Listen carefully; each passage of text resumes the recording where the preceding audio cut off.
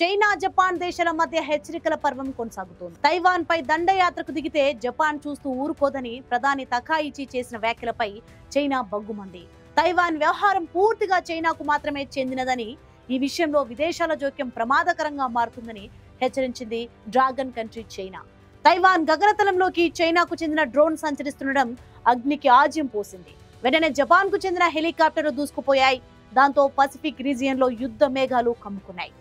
Japan వెళ్లాలనుకున్న వారు Japan లో పర్యటిస్తున్న చైనీయులకు చైనా ట్రావెల్ అలర్ట్ ప్రకటించింది. అంతేకాదు జపాన్ పీఎం తకాయిచి చేసిన వ్యాఖ్యలపై తీవ్రంగా మండిపడింది. జపాన్ కోరి కోరి ప్రమాదాలను ఆహ్వానిస్తోందని China ministry of foreign affairs ద్వారా హెచ్చరికకు సంబంధించి ప్రకటన విడుదల చేసింది. ఇక ప్రస్తుతం జపాన్ అమెరికాతో కలిసి విన్యాసాలు చేస్తోంది. ఈ సమయంలో అమెరికా నావికా దళం సేనలు జపాన్ తీరంలోనే ఉన్నాయి. చైనా ఒకవేళ ఏ రకంగా దాడి చేసినా అది పెద్ద యుద్ధానికే దారి తీయవచ్చని అంటున్నారు విశ్లేషకులు. తాజా పరిణామాలతో జపాన్ షేర్ మార్కెట్ కుప్పకూలిందన్న వార్తలు వస్తున్నాయి. ఇన్నాళ్లు తగిన స్థాయిలో డిఫెన్స్ లేని జపాన్ ఇప్పుడిప్పుడే ఆయుధాల కొనుగోలు చేస్తోంది. కానీ చైనా వద్ద అణ్వస్త్రాలతో పాటు జపాన్ ఊహకందని ఆయుధాలు కలిగి ఉంది.